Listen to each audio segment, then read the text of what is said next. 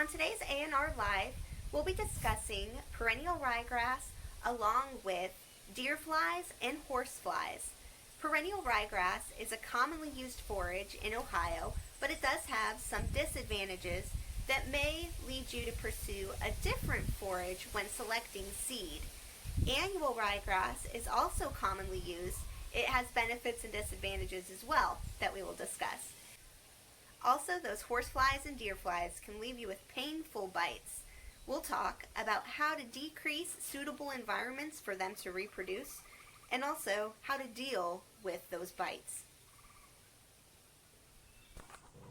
Perennial ryegrass is a bunch grass suitable for hay, silage, or pasture that is best adapted to the northern half of Ohio. Perennial ryegrass produces palatable forage with high nutritive value. It has a long growing season and yields well under good fertility when moisture is plentiful. It is a vigorous establisher and is often used in mixes to establish quick ground cover. Because it is less winter hardy than other grasses, perennial ryegrass is best seeded in combination with other grasses and legumes. It can be grown on occasionally wet soils. Compared with orchard grass, it is lower yielding, less competitive with legumes, and later to mature. Like orchard grass, perennial ryegrass can withstand frequent cutting and grazing.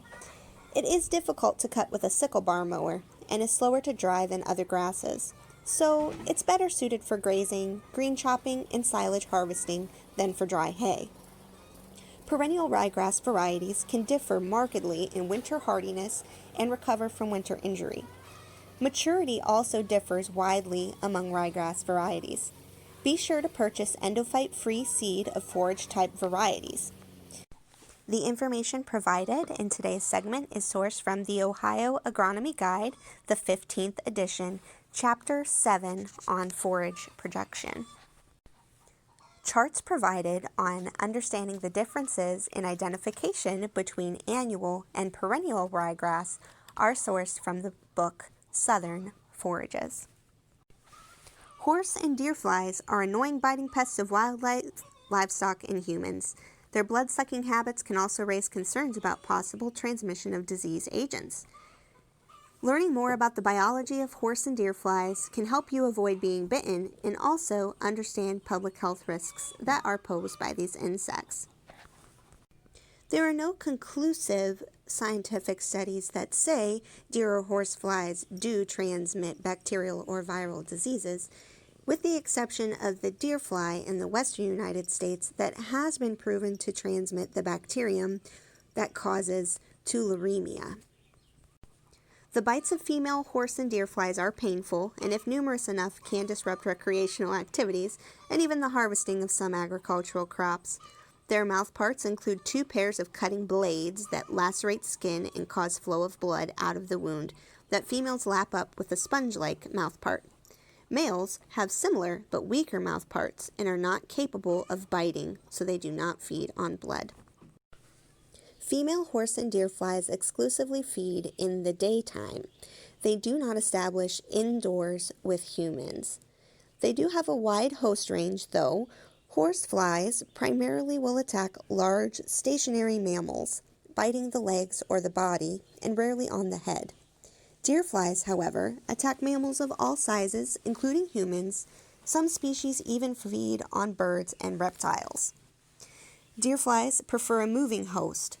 They are both aggressive, persistent feeders that will quickly return to bite again if they are interrupted before completing their blood meal. Similar to other blood-sucking insects, horse and deer flies respond to chemical and visual cues associated with a potential host. Carbon dioxide given off by warm-blooded animals provides a long-range cue, attracting females in the vicinity of the host. Their visual cues, such as motion, size, shape, and dark colors, serve as attractants. Female horse and deer flies are deterred very little by repellents, including those with DEET, and humans entering infested areas have little protection against them.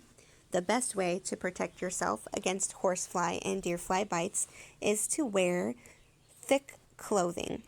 You should still apply insect repellent to deter other biting insects, and some protection is always better than none.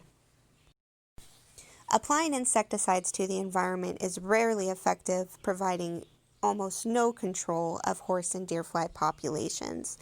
The best way to reduce populations on your property is to eliminate sites of standing water. If you are bitten by a deer or a horsefly, it's advised to cleanse the area with soap and water as soon as possible, and then apply an anti-itch or allergy cream. Most reactions to horse and deer fly bites are minor but may be painful, likely not requiring a visit to a physician. Some people will respond with severe allergic reactions that should be dealt with in consultation with a medical advisor.